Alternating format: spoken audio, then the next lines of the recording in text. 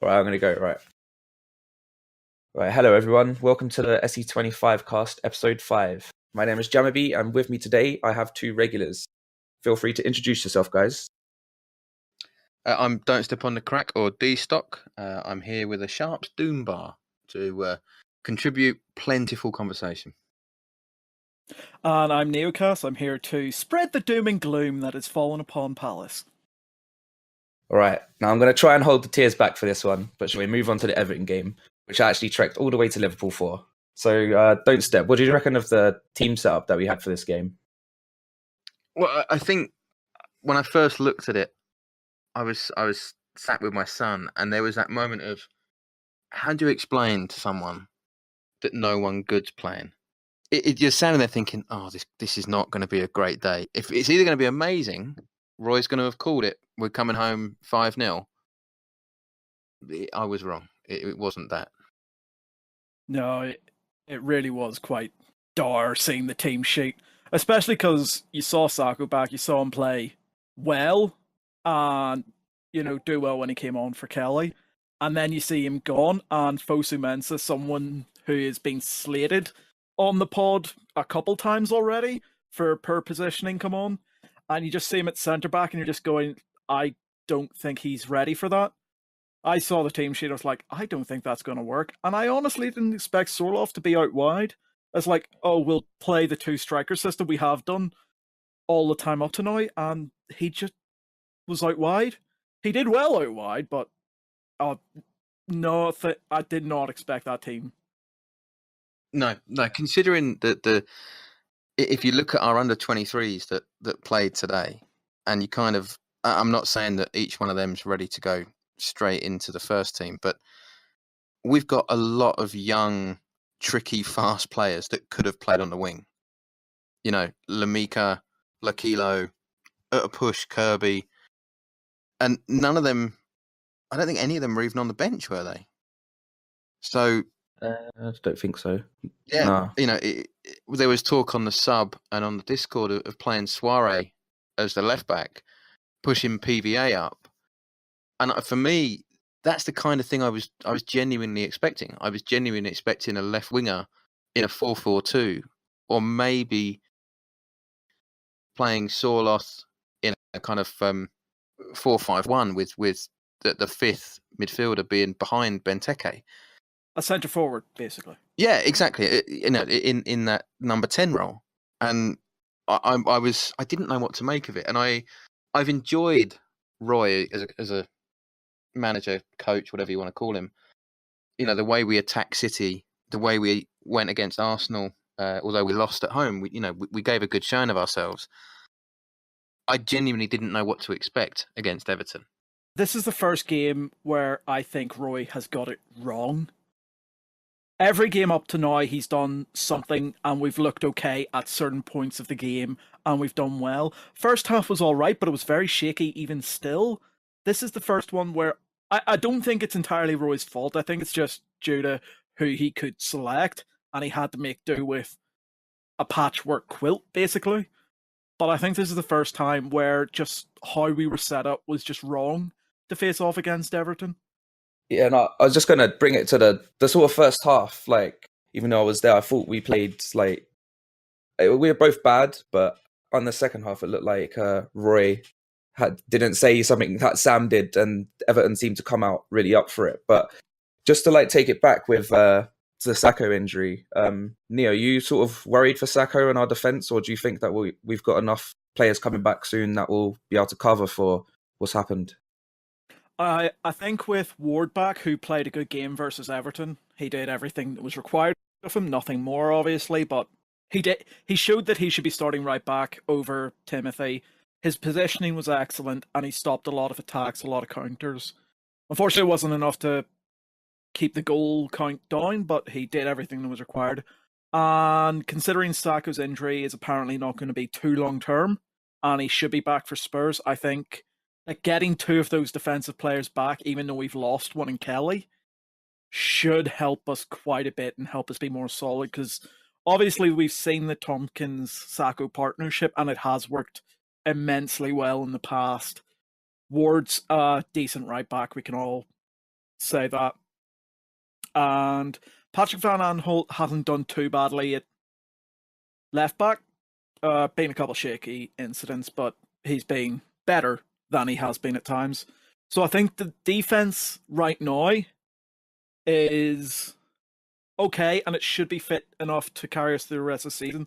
Only issue I have is the keeper behind that back four right now.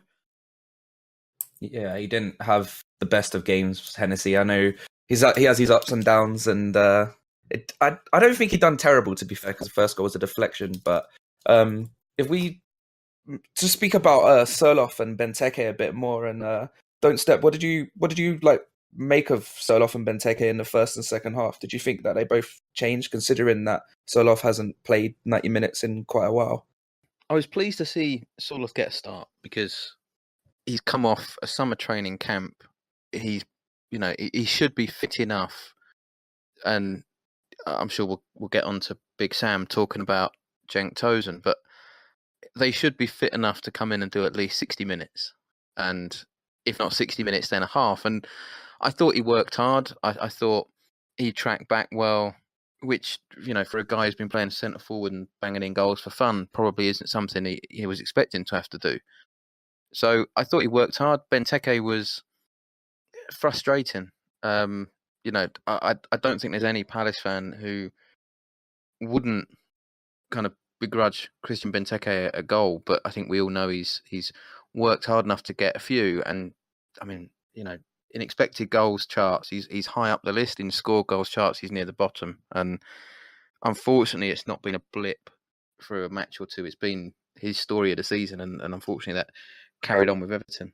That Cabaye cross was fantastic, and I think if you compare Soloff for Benteke in that game, Soloff had a decent chance, and the keeper had to stop it going in. Benteke had a good chance, and it went wide. And for me, that's the difference. I don't care if Benteke, top bins it and it goes in off the apex and looks amazing. I just care if it ripples the net. And if you're not going to ripple the net, make the goalie make a save. That's the least we can ask. Benteke's been slated at times for not closing down. Sorloff did that and more.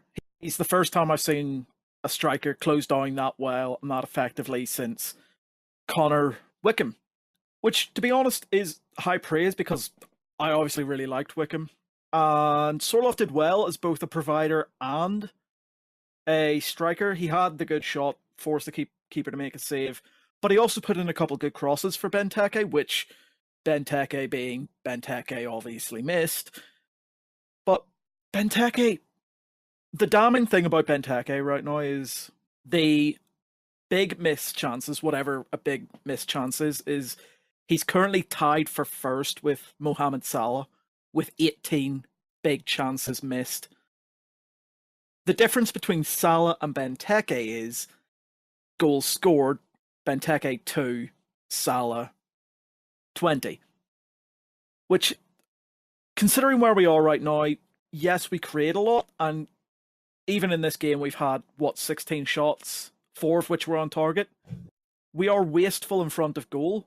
We need to be more clinical if we want to stay up. And talking of goals, we might as well brush over the 3 goals that they scored. I know our goal was a Luka penalty, so it's good to see him on the score sheet again. But don't step. What did you make of the 3 goals? Was there any that stood out for you in particular? Second goal was the one that kind of had me screaming at the TV because just please don't let Fosu Mensah for not closing down Sigurdsson. Sigurdsson's a quality player and he's done that to an awful lot of players.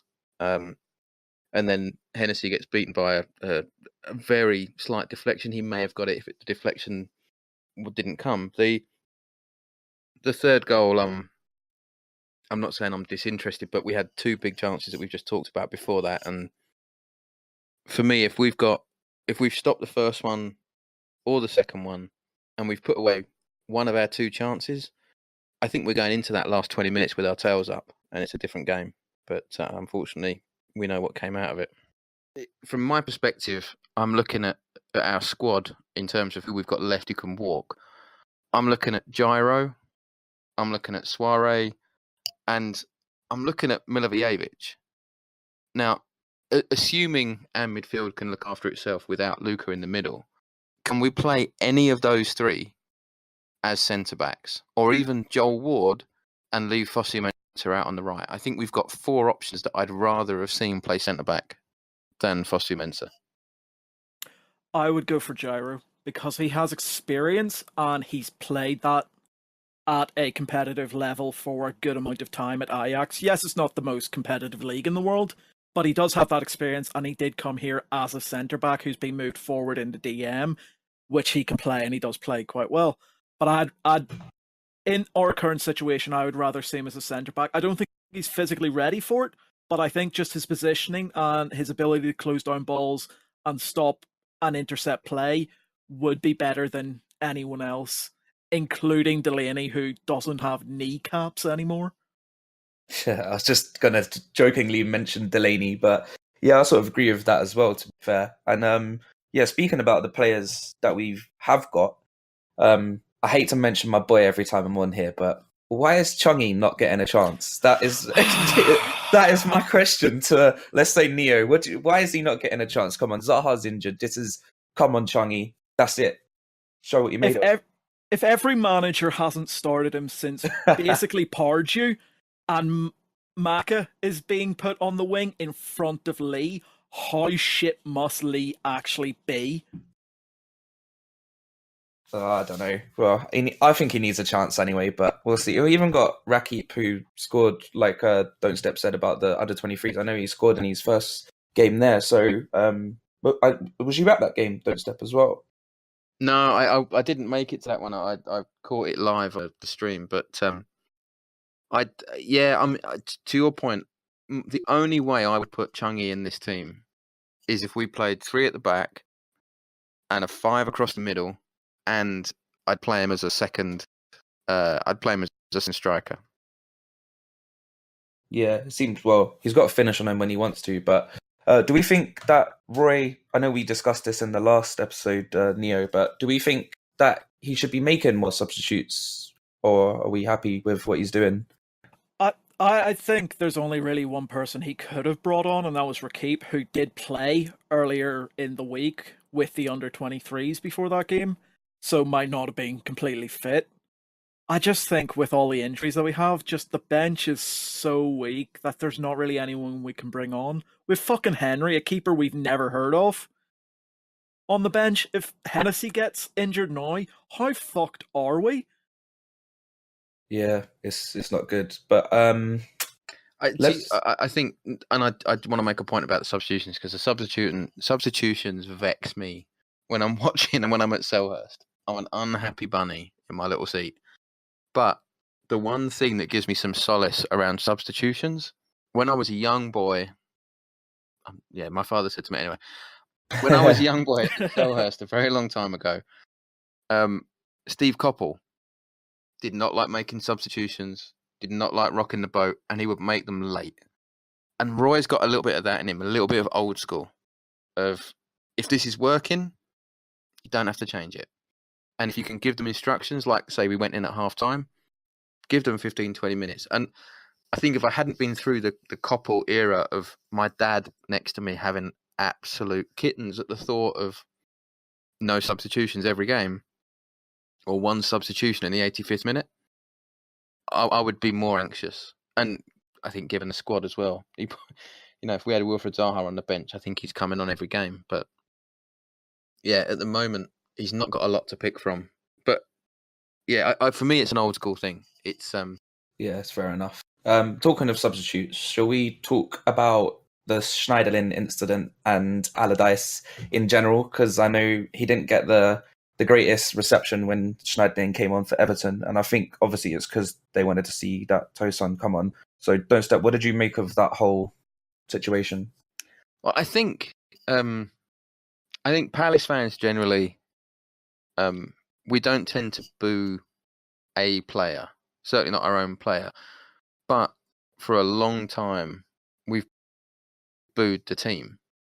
When a team doesn't perform well, the Homesdale can be heard, well beyond Thornton Heath if you're going at half time 2-0 down, particularly in the end of the Pardew era, times like that. So I'm not going to sit here and say, Palace are too good to boo. We certainly aren't. But I feel that when a player comes on, it's not. Schneiderlin's not a bad player. They bought him from United. Okay, he may represent they've overpaid. Maybe he's not Cenk Tosun, who they're all hoping for. But yeah, for me, it's not a good thing. Everton's a big club with a lot of history. They've won the league in my lifetime. They've won the FA Cup in my lifetime. They're a big club. They're not. They shouldn't be picking on one particular player. Maybe we're not close enough to Everton to see how badly he's played throughout the season. But if Wayne Hennessy's name got called 2 minutes before kickoff when they're announcing the teams and the Homesdale booed, I'd feel bad. I'd feel bad for him. What did you make of it, Neo? Yeah. Well, I don't see, even because I've heard from an Everton friend of mine that Schneiderlin's been having a horrendous season. Not played well whenever he's been on and just been poor all round. So I could see why the fans would be sceptical. But if you look at the reasoning behind bringing Schneiderlin on, they're winning late on in the match. They're a goal or two up, and it's a Big Sam team. When he's ahead, he goes defensive. He's not bringing on Poussin. He's bringing on someone who will shut it down, stop the play, make interceptions, make the tackles that need to be done to close out the game, or at the very least get a point and just respect it. He's a manager that goes in and just makes everything solid and just gets what he needs. He won't try and go for more goals. He won't try and go for the flashy, let's destroy this team 5-1. He just goes for the win, gets the points, and goes. So the Schneiderlin sub makes sense because Schneiderlin will come in, he'll break up play, he'll make the tackles, he'll make the interceptions. So I don't see why you would boo that player because as a sub, it makes sense to bring him on. He came on for Idrissa Gueye. He didn't come on for Wayne Rooney. He didn't come on for Niasse, thank you.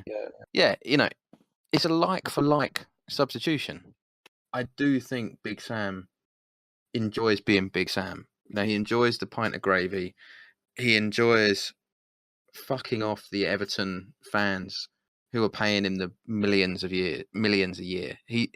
Much as he liked our adoration, and he enjoys the kind of Palace fanaticism over people like Sakho and Zaha, and he enjoyed that aspect when he was with us. But I think we were much more welcoming to Big Sam's Big Samness than Everton, who see him as a kind of taint on their managerial heritage. And a bit of a merc. Yeah, exactly. And I think he's quite enjoying having Sammy Lee and his training staff. He's quite enjoying coming out and saying the results are going to get worse before they're going to get better. I don't think he knew Schneiderlin was going to get booed and sent him on intentionally, but Sam revels in that shit.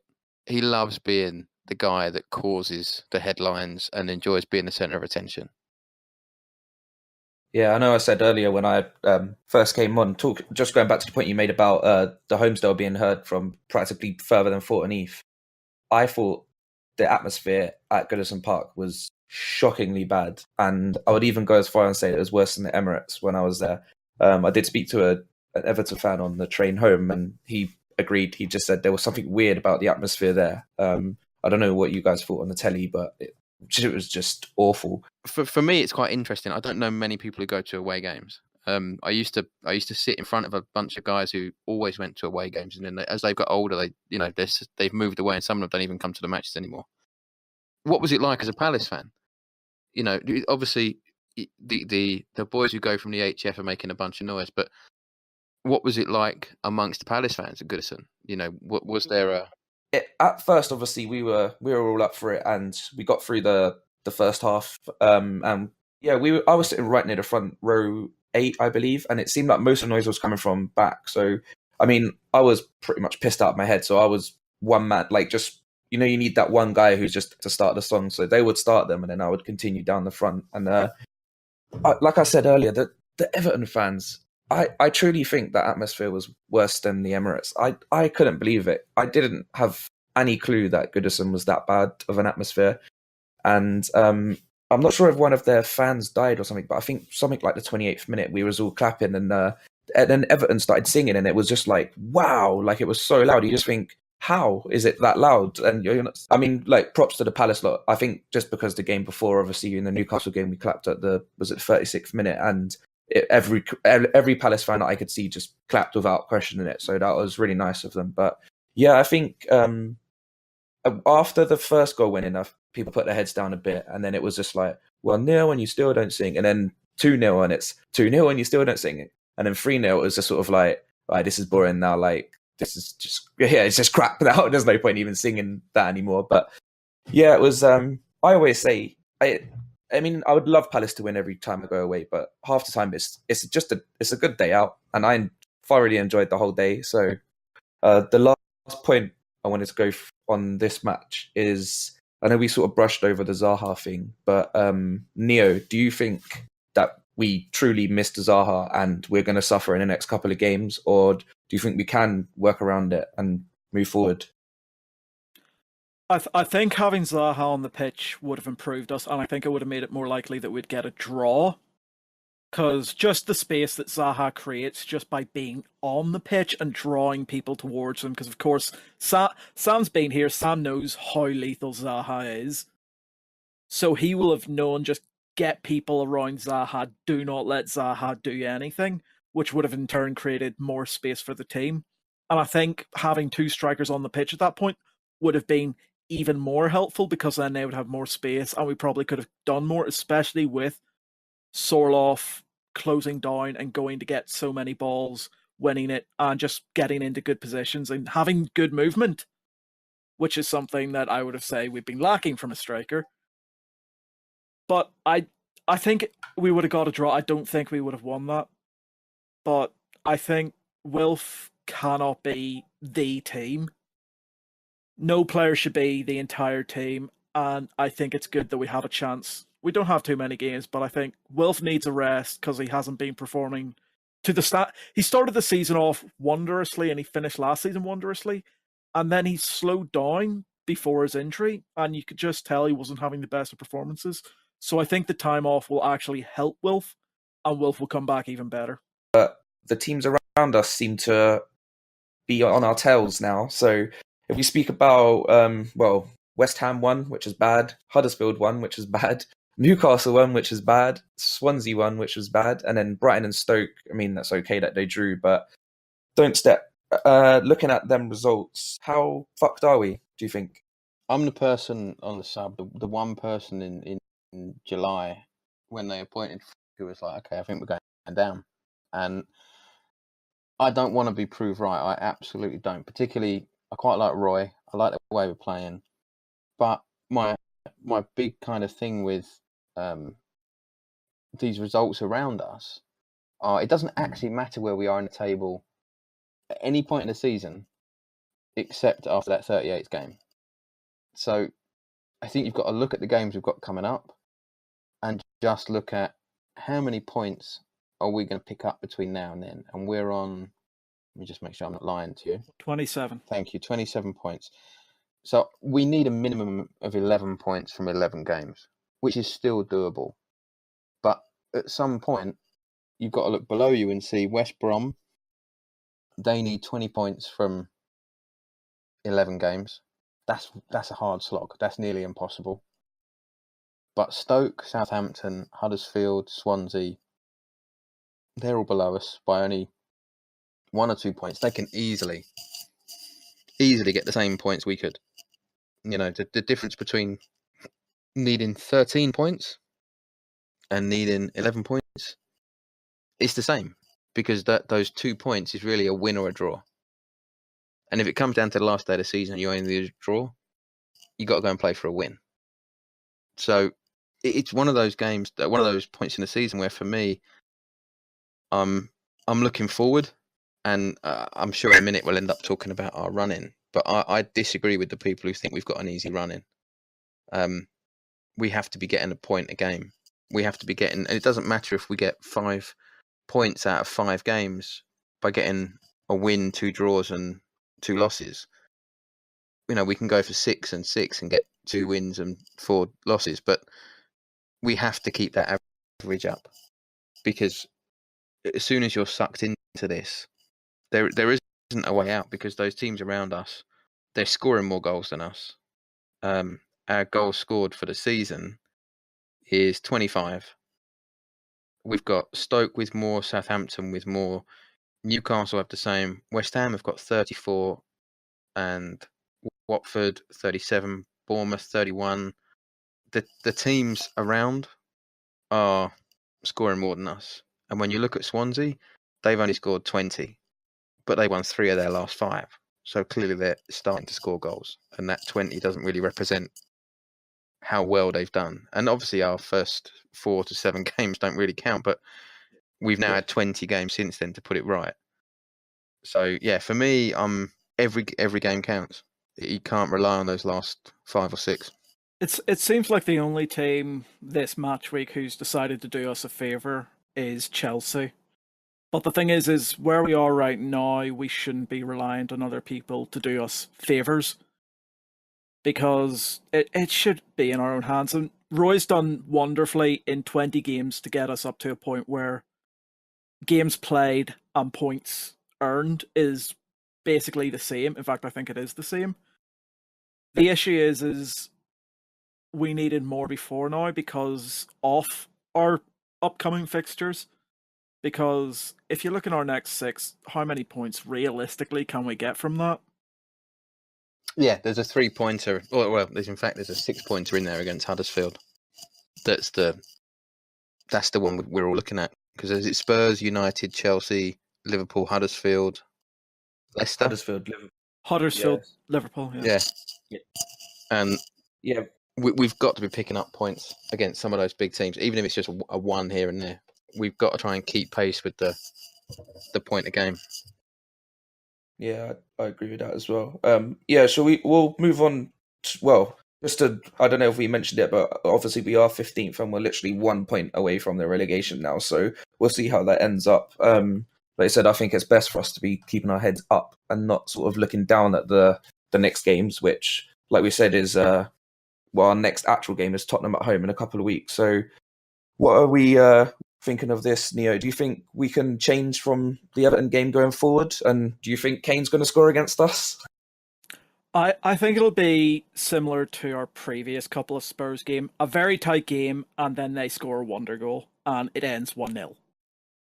Because it's the Eriksen one, and then there's the Dele Alli one that I can remember off the top of my head, and then another one, I think. I can't remember, but we seem to be able to hold Spurs off for a while, and then they just get that one goal, and it's done. We don't seem to be able to break down Spurs. They have arguably one of the best defenses in the league, probably I'd say second, if not first. The keeper, Lloris, is amazing. Vertonghen, Sanchez, and Alderweireld are exceptional. Great right backs who can add to the attack. Spurs, out of all of the games, big 6 games we have, is the one I really don't think we have any chance of winning. Spurs just are too good. I can see Harry Kane just scoring from a corner or something. What do you think, Ben Step? There's not even a point in trying to be contrarian. They've got a week of rest after they're playing Rochdale. They're going to put the kids out against Rochdale, and then they're all going to be at home. They're probably going to fuck off to Dubai or something, and then turn up to what's bound to be a cold, rainy night at Selhurst. And yeah, I think for Palace, it is the big Sam, respect the point. Just try and get a 0-0. If you can sneak a goal, then you hope for a 1-1. Because Harry Kane, Dele Alli, Eriksen, Sonny, they're all, any one of them could score. It's I think we've got a hope that between now and then, it's the 26th. We've got essentially 2 weeks. I mean, I think we've got 2 weeks to drill our players for the upcoming matches, which is going to be backs to the wall defending. It's going to be keeping possession, and this is my biggest problem with having Benteke and Sorloth. Sorloth's only just come in, and I don't want to criticise him, but our speed of attack on the break is massively limited when you're. Especially with Zaha out. Yeah, exactly. Yeah. You know, One thing I will. No, I was just going to say we beat Chelsea that time around with Zaha and Townsend on the break by stretching the pitch. We don't really have that option with these two. And the worst thing about this is one of our best goal scorers against Tottenham is out. Martin Kelly obviously won us that FA Cup game. There's no chance of him getting out wide as a centre back. Actually, no, he's a full back then, so that's fine. Getting out wide and banging one past Lloris, I don't see us winning. All right, just to close up, this is a bit of a random question, but I'm just looking at the last fixture, which is obviously West Brom at home. In your heart, don't step. What are we going to be feeling when we go into this? Are you hoping it's going to be like a let's just finish them off and we were staying up, or do you think we're going to be shitting ourselves, thinking we need to win this or we're going down? I'm one of the few people that towards the end, maybe not at the end, but certainly towards the end, I had empathy for Super Al when others were calling for his head. But I am at that point where I would quite enjoy a party at Selhurst where they've already been relegated. I don't care if we're guaranteed staying up by goal difference or what, but the Super Al relegation party, I think it could only be better. I'd never want to intentionally lord it up in front of his face. But the aspect... But given the opportunity? Well, no, I'm saying it'd be even better if he'd been fired. If he's been fired in that week before it as they've gone down. Oh. That would be amazing. Particularly, and we come to the Chelsea game and someone doing us. West Brom have done us a favour tonight. Daniel Sturridge got injured in the first 5 minutes. Oh, thank God. So I think there's aspects of,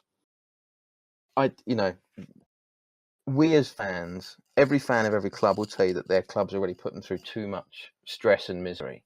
Even a United fan. But I hate last game of the season turmoil. It is just miserable. I had a friend, and it was a colleague and my boss, really, who was a Sheffield Wednesday fan the year we relegated them. And it is miserable. I've never been happier, and he's never been more miserable. Honestly, I think that last game's going to feel a lot like it felt going into the whole game last season. It's going to be pure nerves. I don't see us being safe, and I don't see us being relegated until after that game. I think that's a game that we're just going to have to win, and it will be late. The only thing we can hope for is a repeat performance of that whole game, but it's going to be nerve-wracking. Do you know what's going to be, for me, is somewhat kind of terrifying. So our run-in, the only way it gets easier is if Watford, Stoke, Bournemouth, and I can't even remember myself say it, Brighton are safe by the time they play us, because then they'll be ready to switch off. The idea of playing Brighton so close to the end of the season, they're not going to be that game's a write-off. That's a write-off. I look at that as there's no way you can bank on 3 points against any of those teams except maybe Stoke and Watford, because they'll be switched to Stoke are on the beach in like March. You just know Brighton's going to love the opportunity to relegate us at Selhurst. Yeah, well, I would understand if you've got any shout-outs or anything. I think we can safely wrap it up there. But yeah, thanks for listening, guys. I have no shout-outs, but genuinely thank you for your match picks of your day. Yes, thank you. They were lovely. Yeah, I'd like to do a little diary, so maybe I have to chuck them on the sub at one point to share the love. I don't think there's any other shout-outs that I can think of. I do want to call out Ground Dweller, who needs to come on the pod. And I think Nia Kirby has scored again today, maybe even 2. So I'm just shouting out that Nia Kirby needs to get in the first team. I think shout-outs are just, please let the injuries stop and let people come back. That's all we need. Yeah, shout out to, whoever the god of helium is.